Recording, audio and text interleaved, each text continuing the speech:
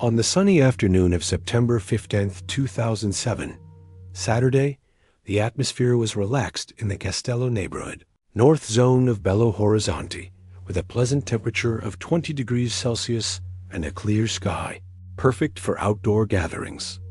Amanda Ferreira, 32, and her husband Rodrigo Souza, 34, attended a barbecue at the house of Paulo Mendes, Rodrigo's colleague at the construction company where they both worked as civil engineers. Paulo's house, a two-story residence with a spacious leisure area, hosted around 20 guests that afternoon. Amanda, a respected pharmacist at a local pharmacy chain, and Rodrigo were known for their stable relationship of 8 years, 4 of which were married. The couple arrived punctually at 3 p.m., as confirmed by several attendees, bringing with them a bottle of red wine and a dessert prepared by Amanda herself. Around 6:30 p.m., when the sky began to turn orange, signaling the sunset, the guests noticed the couple's absence. Initially, no one was concerned. It was common for guests to wander around the house or step away for private conversations. It was only at 8 p.m., when Paulo was organizing a group photo, that the absence of Amanda and Rodrigo became a cause for general concern. "We searched all the rooms of the house," Paulo Mendes said in his testimony to the police. "We called their phones several times, but it went straight to voicemail. Their belongings were still there: purse, wallet, car keys. Their car, a silver Honda Civic, remained parked in front of the house." The last person to interact with the couple was Claudia Roca, Amanda's friend, who stated that she saw them around 5:45 p.m. According to her testimony, Rodrigo mentioned he wanted to show Amanda something interesting on the roof of the veranda. Rodrigo had drunk a few beers, but he was not visibly intoxicated, Claudia said. He said he had found the perfect angle to watch the sunset from the veranda roof and wanted to share the moment with Amanda. The access to the veranda roof was through an external staircase that connected the garden to the first floor, followed by a small metal ladder leading to the roof. This space was not meant for visitors and was used only for occasional maintenance. The initial searches conducted by the guests themselves found no sign of the couple. Around 9:30 p.m., with concern mounting, Paulo Mendes called the military police of Minas Gerais. The first team arrived at the scene at 10:10 p.m., starting the official search. The police thoroughly inspected the house and its surroundings, including the veranda roof.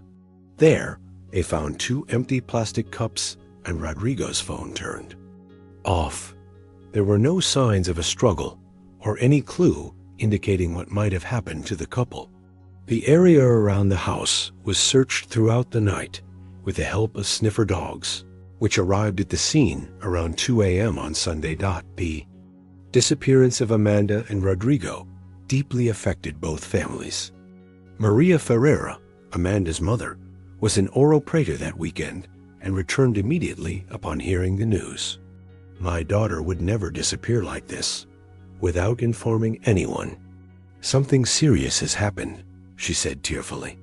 During an interview 2 days after the disappearance, the formal investigation began on the morning of September 16, 2007, under the leadership of Deputy Ricardo Almeida from the Specialized Homicide and Protection of People Department, DGPP, in Belo Horizonte.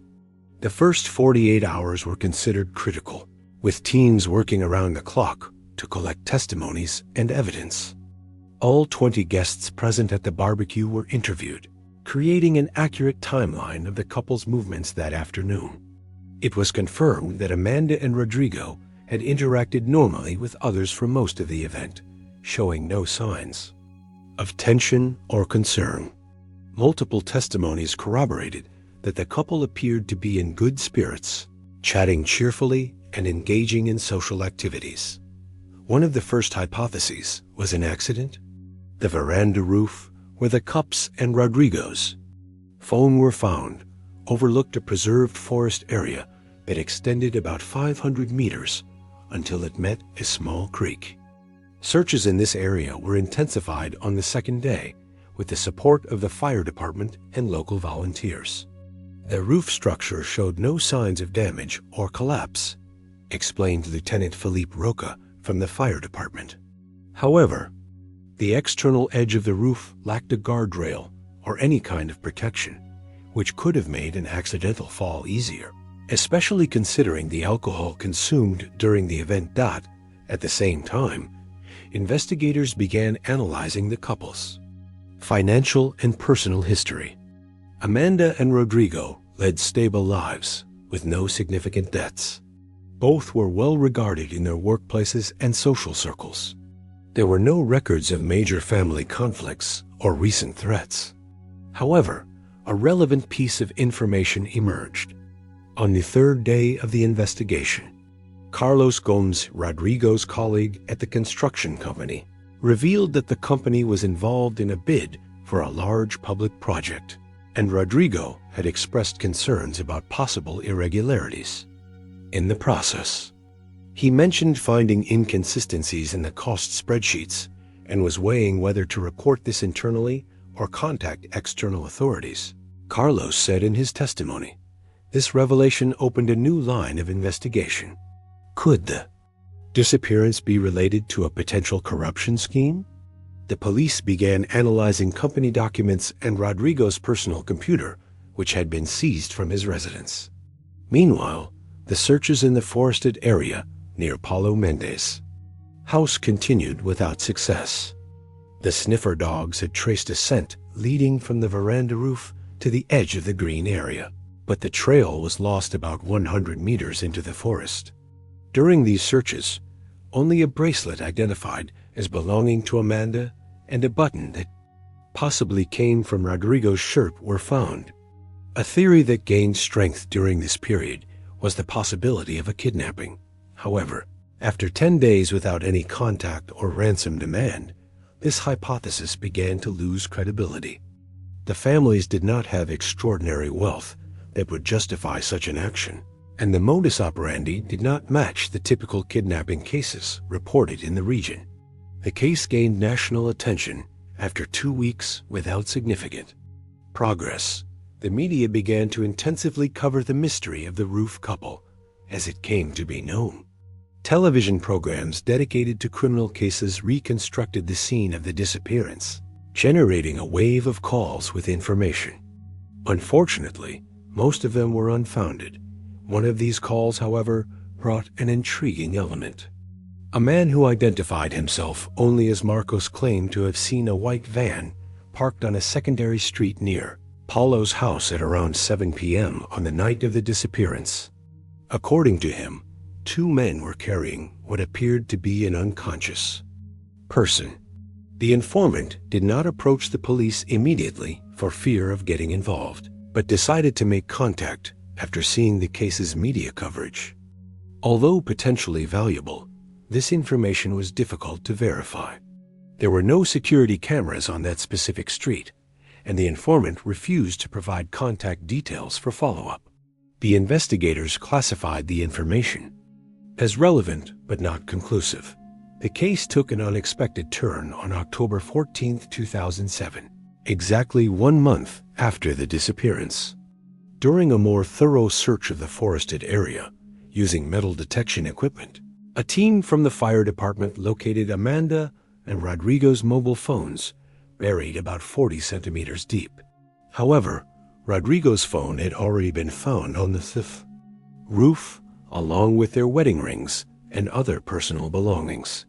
The discovery site was about 300 meters from Paulo's house, in a hard-to-reach area marked by dense vegetation.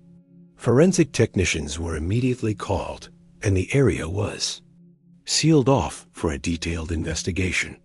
The items found showed signs of exposure to the elements, but were relatively preserved as they had been buried in a plastic bag. Forensic analysis of the phones revealed that both had been turned off at 6:03 p.m. on the day of the disappearance. No messages or calls offering clues about what happened in the final moments could be recovered. The fingerprints found on the devices belonged only to the couple, with no evidence of third-party handling. This discovery strengthens the hypothesis of a premeditated crime, declared Deputy Ricardo Almeida at a press conference. The way the belongings were carefully buried suggests a deliberate attempt to conceal evidence and make it difficult to locate the victims. At the same time, the investigation into the irregularities mentioned by Rodrigo was progressing. Documents found on his personal computer confirmed that he had COMPILED information about overbilling and contracts between the construction company and public agencies. In a password-protected file, which was later accessed by the police technicians, Rodrigo detailed a scheme involving company directors and high-ranking state government officials. On October 22nd, the police conducted searches at the construction company's headquarters and the residences of 3 directors. Documents were seized, and the financial director, Marcelo Bueno, was brought in for questioning after notes with Rodrigo's name were found in his house, followed by expressions like serious problem and situation to resolve. During his interrogation, Marcelo vehemently denied any involvement in the couple's disappearance, but admitted that Rodrigo had questioned some company procedures in the weeks leading up to the incident. According to him, the issues raised by Rodrigo were technical misunderstandings that would be clarified in a meeting scheduled for the week after the disappearance. A crucial twist came on November 3rd when the police received an anonymous tip about an unverified security footage. A camera installed at a gas station located about 2 kilometers from Paulo's house had recorded at 7:23 p.m. on the day of the disappearance a white van passing by, matching the description given by informant Marcos. Leave your comments. Never give up on the truth if you believe that every missing person deserves to be found, the message urged. Although of low quality, the gas station footage allowed investigators to partially identify the vehicle's license plate by cross-referencing these details with the National Registry System. They identified 3 possible vans matching the characteristics. One of them belonged to a private security company that occasionally provided services to the construction company where Rodrigo worked. This connection led investigators to focus on Aguia Seguranca Ltda, a medium-sized company based in Contagem, a metropolitan area of Belo Horizonte. On November 10, 2007, after obtaining a court order, a search and seizure operation was carried out at the company's premises and the residence of its owner, Jorge Teixeira. In the company's garage, the suspicious van was found. Preliminary forensic analysis detected small traces of blood on the vehicle's floor, despite apparent thorough cleaning. The material was sent for DNA analysis, a process that would take a few weeks to complete. The company's vehicle movement records showed a significant inconsistency. The van in question had no official record of departure or return on September 15th, although all other vehicles had their movements properly documented. During the search at Jorge Teixeira's residence, documents were found that proved unaccounted payments from the construction company to his security firm, suggesting an irregular financial relationship between the 2 organizations. Even more significant was the discovery of a prepaid mobile phone hidden in a secret compartment in his home office. The analysis of this phone revealed messages exchanged with Marcelo Bueno, the financial director of the construction company, containing coded content but suggestive. Problem R solved. Area cleared. Awaiting complement as agreed. Confronted with this evidence, Jorge Teixeira initially remained silent, supported by his lawyer. However, after 72 hours in detention and with the noose tightening, he decided to negotiate a plea deal with the public prosecutor's office. His testimony given on November 15th revealed disturbing details. I received a call from Marcelo on September 14, saying that he needed to solve an urgent problem involving an employee who was threatening to expose irregularities. He didn't explicitly say he wanted the employee eliminated, just that the problem needed to disappear. I interpreted that as a request to intimidate the guy Jorge said. According to him, he assigned two of his trusted employees, Antonio Silva and Ricardo Ferraz, both former police officers expelled from the force for involvement in extortion cases, to carry out the intimidation. The initial plan was to intercept Rodrigo when he was alone, take him to a secluded place, threaten him, and convince him to drop any investigation into the construction company. What I was told later is that things got out of control, Jorge continued in his testimony. When Antonio and Ricardo arrived at the location, they saw Rodrigo and his wife on the roof of the veranda, apparently in a romantic moment, watching. At sunset, they decided to wait hidden in the nearby woods. At some point, the couple began to descend, and they approached Rodrigo when he reached the garden. Amanda started to scream, and Ricardo hit her to silence her. According to what they told me, he didn't control the force, and the woman hit her head on a stone, losing consciousness. Still, according to Jorge, Rodrigo reacted upon seeing his wife injured and engaged in a physical fight with Antonio. During the confrontation, Rodrigo was also seriously wounded. They panicked when they realized the situation had completely gotten out of control. They then decided to remove the bodies from the site, using the van they had parked on a nearby street. Jorge Teixeira's testimony led the police to Antonio Silva and Ricardo Ferraz, who were arrested on November 18, 2007.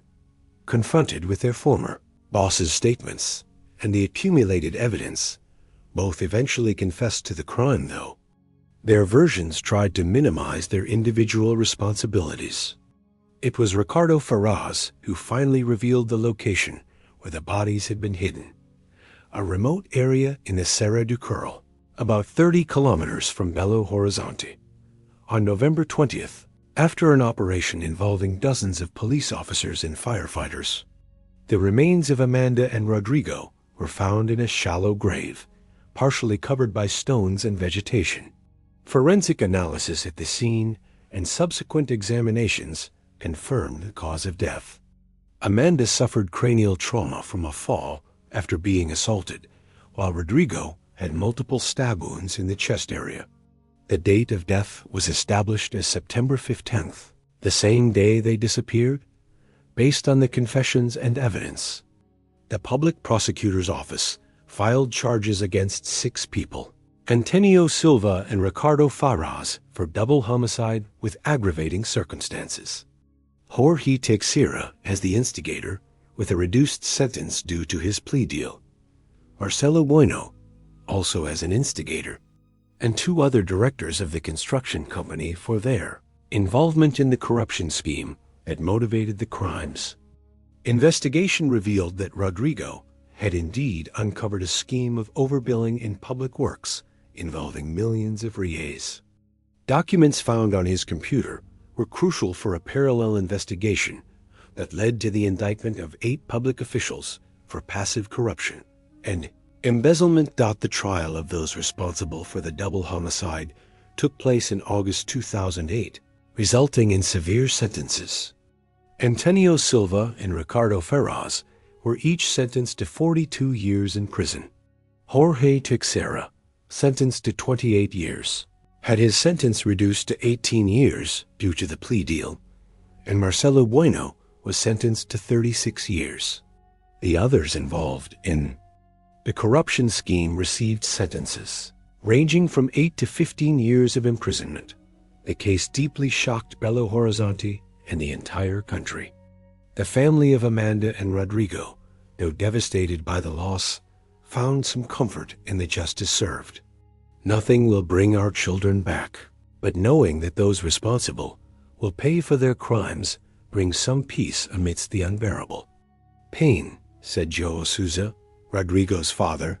After the trial, the tragedy also resulted in concrete changes in the fight against corruption in Minas Gerais. In 2009, the Amanda and Rodrigo Law was passed in the Legislative Assembly, which established new mechanisms for the protection of whistleblowers reporting irregularities in public contracts and strengthened systems of control and transparency. Paulo Mendes, the host of the fateful barbecue, carried with him a deep sense of guilt, even though he had no responsibility for the crimes. If I hadn't hosted that barbecue, if I had noticed their absence earlier, maybe things would have been different, he lamented in an interview given years later. Paulo eventually became an activist for public transparency and against corruption, founding an NGO named after his lost friends. The story of Amanda and Rodrigo remains a grim reminder of the high price that can be paid in the fight against corruption. What should have been just a pleasant afternoon among friends turned into a tragedy that exposed the entrails of a corrupt system and the brutality of those willing to do anything to protect their illicit schemes. If you watched until here, it's because you care about these cases that mark families forever. Leave a comment saying, "I watched until here so I can know you and see who truly cares about the search for the truth." 5 years after the judicial conclusion of the case, in September 2013, the Memorial Amanda and Rodrigo was inaugurated. In Belo, Horizonte, a space dedicated to the memory of the couple and to raising awareness about corruption and violence. Located near Praça da Liberdade, the memorial became a meeting point for families of missing persons and a symbol of the struggle for justice and transparency. Maria Ferreira, Amanda's mother, turned her grief into social action. Retired from her job as a teacher, she began coordinating a support network for families of the missing in Minas Gerais. "Every person we help find, whether alive or not, is a way to honor my daughter's memory," she explained in an interview, marking 10 years of work in the network. The impact of the case extended to the corporate environment as well. Several construction and engineering companies in Minas Gerais implemented anonymous reporting channels and stricter compliance programs. The construction company where Rodrigo worked, after paying millions in compensations and facing administrative sanctions, underwent a complete restructuring of its management and governance. On the police front, the case prompted changes in the protocols for investigating disappearances. The civil police of Minas Gerais revised its procedures, establishing new guidelines that prioritized the swift collection of initial evidence and the thorough verification of potential connections to organized criminal activities. In 2017, 10 years after the crime, a documentary produced by an international streaming platform reignited interest in the case. Muted, Silence, and Corruption featured unprecedented testimonies and in-depth analyses of the circumstances surrounding the crime and its aftermath. The investigative work revealed that, in addition to the convicted individuals, others potentially involved in the corruption scheme were never formally charged. This revelation led the public prosecutor's office to reopen part of the investigation in 2018, resulting in the indictment of 3 former public officials and 1 businessman. The new convictions, although with shorter sentences due to the time passed, reinforced the message that crimes related to corruption do not easily fade from social memory or the judicial system. Rodrigo's parents, now elderly, followed this development with mixed emotions. On one hand, it's comforting to see that the search for truth continues. On the other, every new chapter reignites the pain of loss, commented Joe Souza, who was 78 at the time. "What we wish for now is that the story of our son and Amanda helps prevent other families from going through the same suffering." The case's repercussion crossed borders. In 2020, a Canadian university included the Roof case, as it became internationally known, in its curriculum for studies on corruption and organized crime in Latin America. Foreign researchers began citing the episode as an emblematic example of the lethal consequences of systemic corruption. Meanwhile, in prison, the fates of the convicted took various paths. Ricardo Ferraz, one of the direct executors, passed away in 2019 due to health complications. Antonio Silva serves his sentence in a maximum security prison, having had all of his requests for parole denied due to problematic behavior in prison. Jorge Teixeira, benefiting from the plea deal, was moved to a semi-open regime in 2022.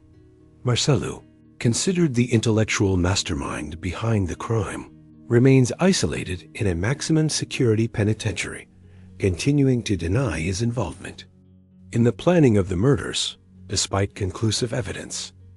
The location where the tragedy occurred also underwent changes.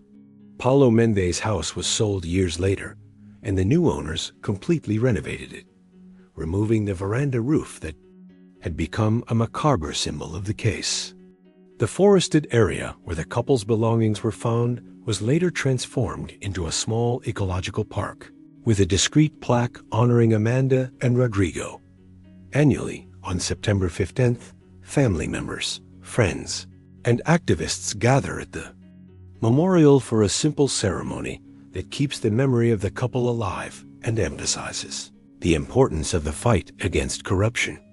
During these gatherings, new cases of whistleblowers being threatened or assaulted are discussed, and protection strategies are shared. Amanda and Rodrigo's blood was not shed in vain, said prosecutor Claudia Martinez, who worked on the case during the 10-year anniversary ceremony of the crime. Their involuntary sacrifice awakened our society to the violence that lurks behind corruption schemes, which are not only crimes against public funds, but direct threats to life and human dignity. The story of the couple who disappeared during a barbecue in Belo Horizonte became more than just a police case. It transformed into a symbol of human vulnerability in the face of greed and corruption, but also of the persistence of truth and justice, even when facing the most powerful interests.